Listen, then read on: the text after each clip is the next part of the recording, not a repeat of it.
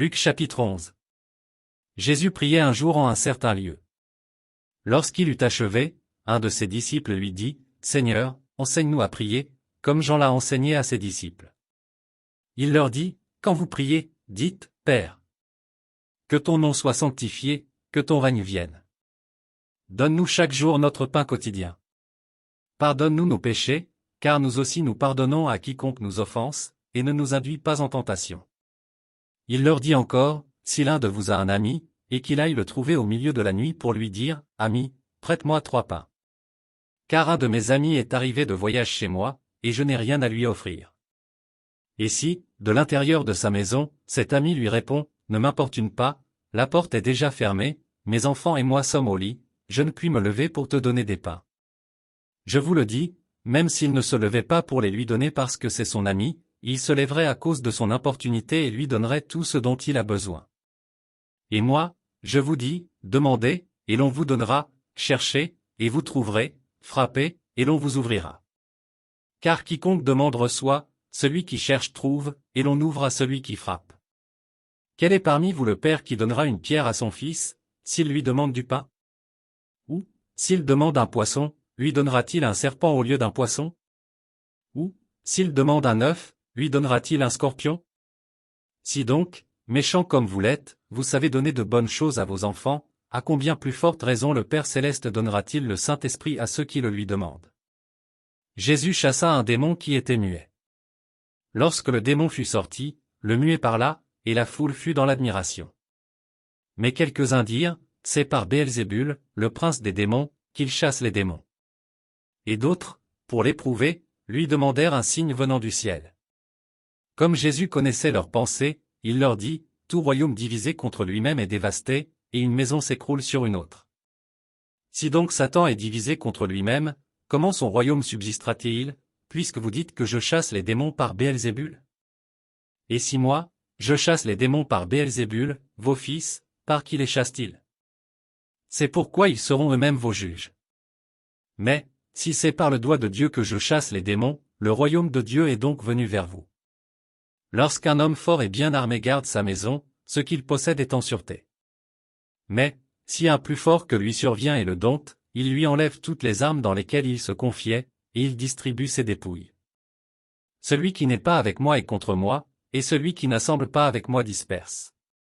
Lorsque l'esprit impur est sorti d'un homme, il va dans des lieux arides, pour chercher du repos.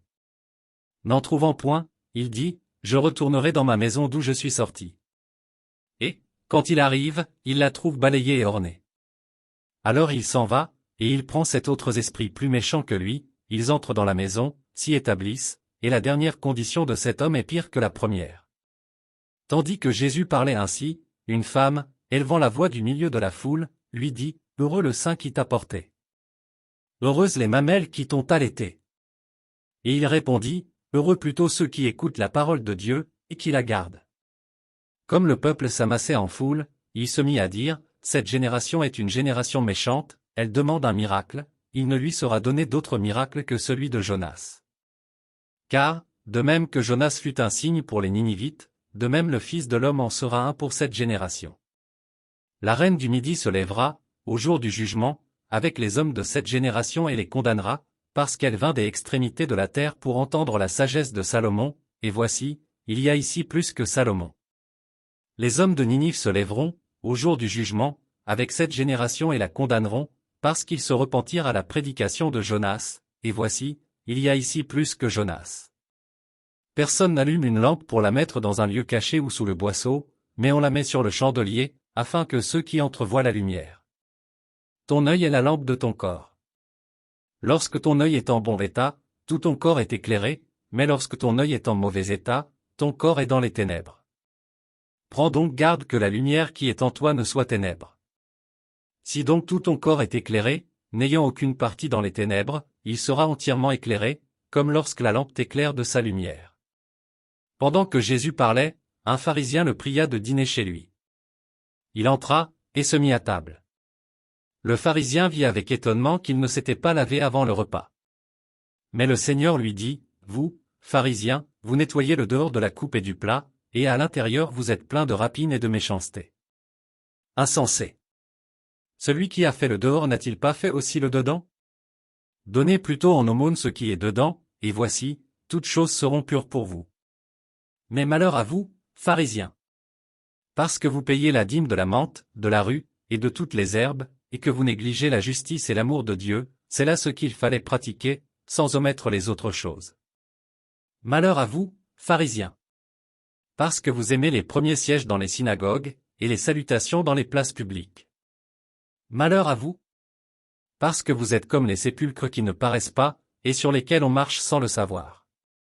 Un des docteurs de la loi prit la parole, et lui dit, « Maître, en parlant de la sorte, c'est aussi nous que tu outrages. » Et Jésus répondit, « Malheur à vous aussi, docteurs de la loi. Parce que vous chargez les hommes de fardeaux difficiles à porter, et que vous ne touchez pas vous-même de l'un de vos doigts. Malheur à vous! Parce que vous bâtissez les tombeaux des prophètes, que vos pères ont tués. Vous rendez donc témoignage aux œuvres de vos pères, et vous les approuvez, car eux, ils ont tué les prophètes, et vous, vous bâtissez leurs tombeaux. C'est pourquoi la sagesse de Dieu a dit, « Je leur enverrai des prophètes et des apôtres, ils tueront les uns et persécuteront les autres. » Afin qu'il soit demandé compte à cette génération du sang de tous les prophètes qui a été répandu depuis la création du monde. Depuis le sang d'Abel jusqu'au sang de Zacharie, tué entre l'autel et le temple, oui, je vous le dis, il en sera demandé compte à cette génération. Malheur à vous, docteurs de la loi! Parce que vous avez enlevé la clé de la science, vous n'êtes pas entrés vous-même, et vous avez empêché d'entrer ceux qui le voulaient. Quand il fut sorti de là, les scribes et les pharisiens commencèrent à le presser violemment, et à le faire parler sur beaucoup de choses. Lui tendant des pièges, pour surprendre quelques paroles sorties de sa bouche.